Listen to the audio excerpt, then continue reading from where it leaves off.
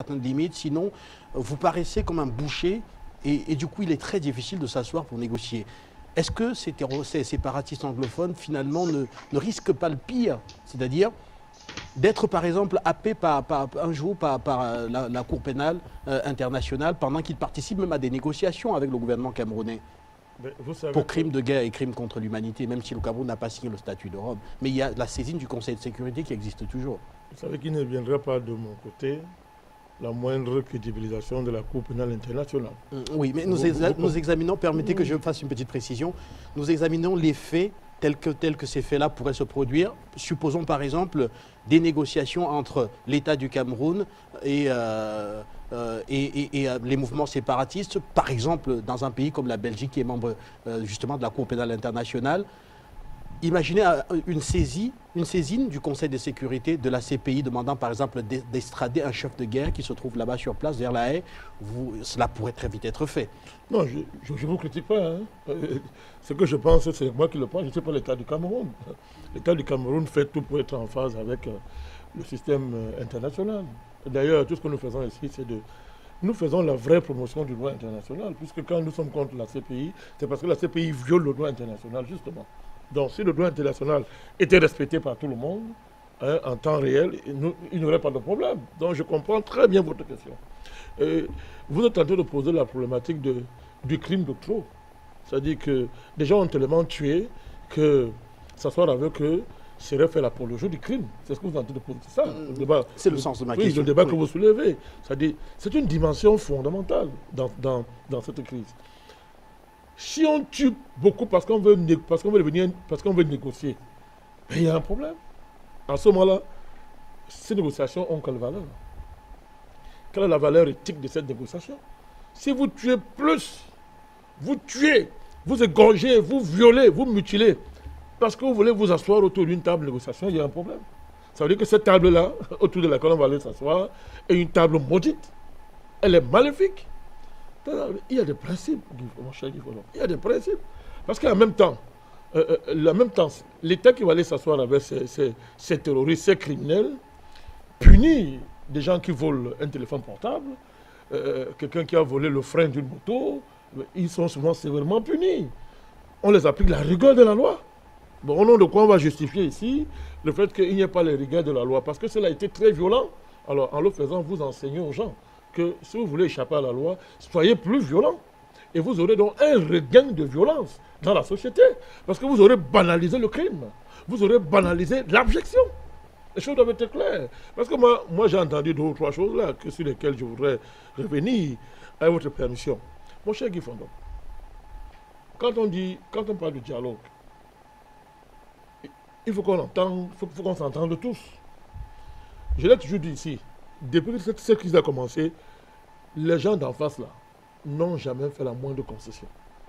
Il n'y a aucun acte depuis que cette crise a commencé venant de la part des ambazoniens allant dans le sens, je dis bien, de la moindre concession. Il faut qu'on observe, il faut qu'on fasse l'analyse, n'est-ce pas, du processus de dialogue jusqu'ici. Il faut le faire pour mieux baliser le chemin vers ce que les gens appellent un autre dialogue, ceux qui demandent ça accord et écrit.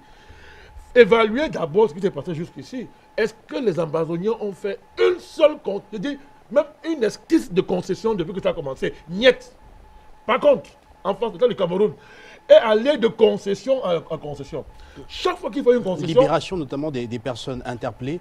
Il y a eu une première vague de libération à Bamenda, notamment pour donner une chance à un dialogue qui se tenait à la résidence du gouverneur. Très bien. Et puis après, avant même le grand dialogue national, il y a encore eu une autre phase de libération de détenus, même s'ils ne sont pas encore tous sortis en parlant des personnes interpellées dans le cadre de cette crise. Chaque fois que l'État a tendu la main, on a dit que ça ne vaut rien.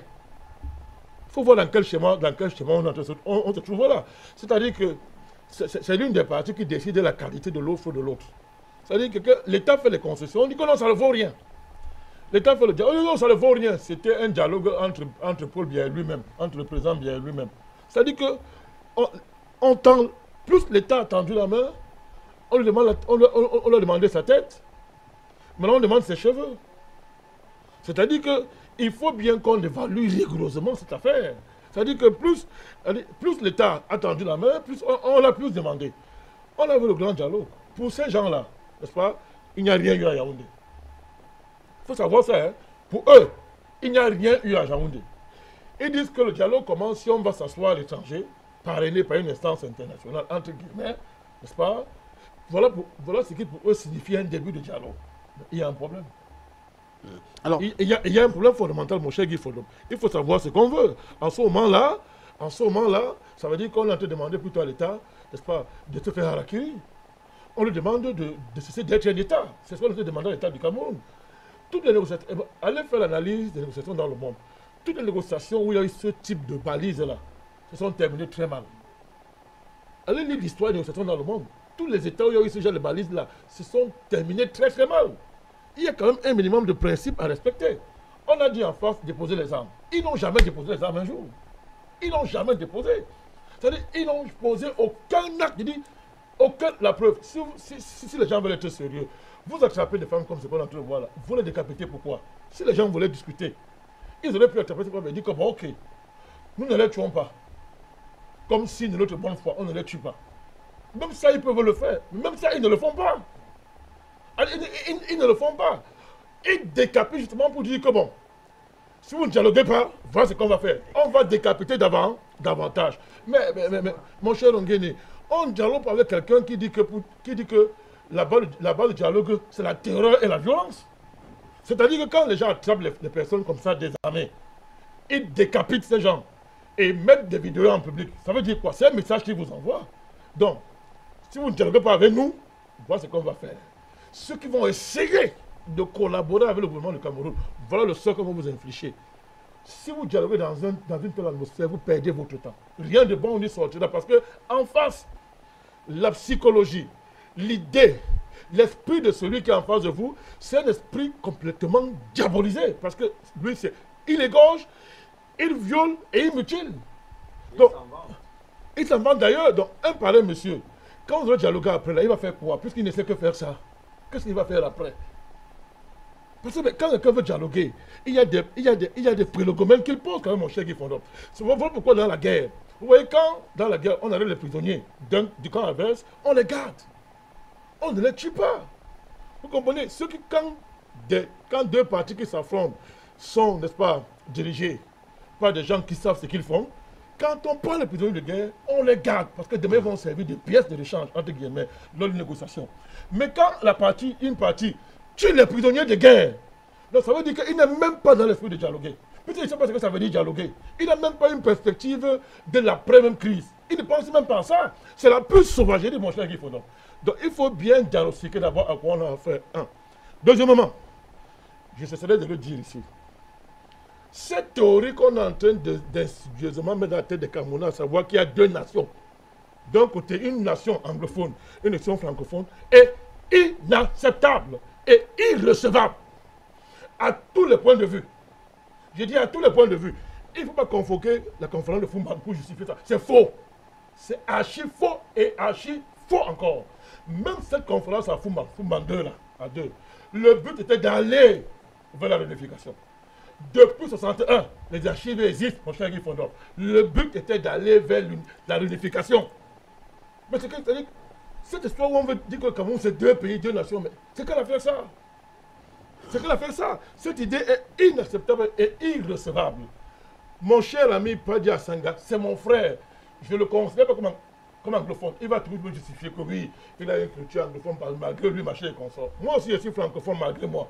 Je ne me considérerai jamais comme un francophone. Je parle français, je n'ai pas choisi ça. On n'a pas demandé mon avis. Jamais je vais réduire mon identité à la francophonie. Jamais. Jamais de la vie. Au contraire, je parle français pour être encore davantage camerounais. C'est-à-dire que c'est un instrument provisoire. Je me sers de ça. Le temps qu'émerge une langue nationale camerounaise partagée par tous, mon cher Guy Fondom, dont le français que je parle là, à ce moment-là, oh mon Dieu, elle dit bonifie encore, elle dit ma camerounité. C'est-à-dire cette soif que j'ai de voir ces deux langues-là mourir un jour dans ce pays. Vous comprenez? Pour qu'émerge enfin une langue nationale. Donc, cette affaire de deux Cameroun-là, si les gens sont sérieux, et moi j'entends tous les jours, on parle du bon Cameroun, je comprends très bien mon ami Asanga. Je ne le critique pas. Je connais la dynamique qui se trouve. Mais je dis par pédagogie, cette idée qu'on est en train d'insinuer là, c'est pour détruire le Cameroun. Le Cameroun n'est pas le Canada. Ce n'est pas notre histoire, ce ne sont pas des Canadiens. Ça n'a rien à voir. Notre histoire n'a rien à voir avec l'histoire du Canada. Pourquoi on dit que on va instaurer une vice-présidence francophone, demain, un président s'il est anglophone, hein, l'autre est francophone. Non, non, non, non, non. Nous sommes des Camerounais. On a besoin d'un projet national, mon cher Guy Fondop, pour nous fédérer tous. Maintenant, ça n'a rien à voir avec le fait que, bon, on reconnaisse des spécificités régionales. Et ça, ce n'est pas le propre seulement des zones où on parle anglais. Toutes les régions du Cameroun ont des spécificités historiques. Toutes les régions du Cameroun, hein. Toutes les régions du Cameroun. Donc, pour dire quoi, mon cher Guy Fondop, on ne peut pas, à la faveur de cette crise, renier des milliers, j'allais dire des millions de morts, qui depuis 100 ans ont donné leur vie pour un Cameroun uni. One Cameroun, comme dit mon cher Asanga. One Cameroun, ce sont des millions de vies. On ne peut pas marcher dessus, mon cher Guy Fondop, pour promouvoir des identités accidentelles, criminellement accidentelles. Parce que le français et l'anglais, c'est quoi? Ça vient dans ce pays parce que des bandits, des États bandits ont décidé de partager ce pays en deux, sans l'accord de personne, de manière illégale. C'était illégal du point de vue international, illégal du point de vue de l'éthique, de la morale, de l'histoire. Quand les gens ont décidé que non, désormais, on se partage le Cameroun en deux, comme deux vieux habits qu'ils ont ramassés en route. Non, mon cher Guy Fondop. Notre culture centenaire, c'est même ça que j'ai dépassé le centenaire. Les combats que nos aïeux ont menés, les combats que les peuples fondateurs ont menés, exigent du respect. Vous comprenez? Nous devons respecter ça. Le Cameroun n'a aucun avenir en se divisant dans une fédération maléfique opposant d'un côté les francophones et les anglophones. L'avenir du Cameroun, c'est son unité. C'est son unité historique. Et sa capacité à se projeter dans sa vocation au-delà d'un futur, au-delà de ces clivages-là artificiels, pour assumer sa place dans l'histoire. Une place que lui donne tout son parcours historique, depuis les Mangabel jusqu'aux générations d'aujourd'hui. On a assez émietté le Cameroun comme ça. Dieu, mais de grâce, mais ayons pitié du Cameroun. Arrêtons ça. Ayons pitié du Cameroun. On est parti de pratiquement 1 million de mètres carrés. De kilomètres carrés pour arriver à quoi? Pour arriver à quoi? On émiette toujours. Et chaque fois qu'on veut émietter, on trouve un prétexte. Les Allemands ont émietté, les Français émiettent, les Anglais émiettent. Mais dans les Camerounais eux-mêmes, des gens qui ne mangent pas. C'est-à-dire que quand on nous sert à midi là, il n'y a pratiquement rien de francophone et d'anglophone. Rien, je dis bien pratiquement, quand nous voulons manger nos plats, nous-mêmes, il n'y a rien, Guy Fondop. Nos habits, quand on dit nos habits authentiques, il n'y a rien. Nos cimetières, les manières d'enterrer les morts, les manières de nous marier du point de vue de nos traditions, il n'y a rien à l'intérieur des British ni des francophones. C'est pour ce fait où, à cause des choses qu'on emprunte, parce que les gens ont des petites ambitions personnelles, les gens veulent le pouvoir et l'argent, on va encore amener ce pays. Pour empêcher ça, Guy Fondop, s'il faut encore que nous reprenions le combat du passé, au risque de nos vies, nous sommes prêts. Merci à vous.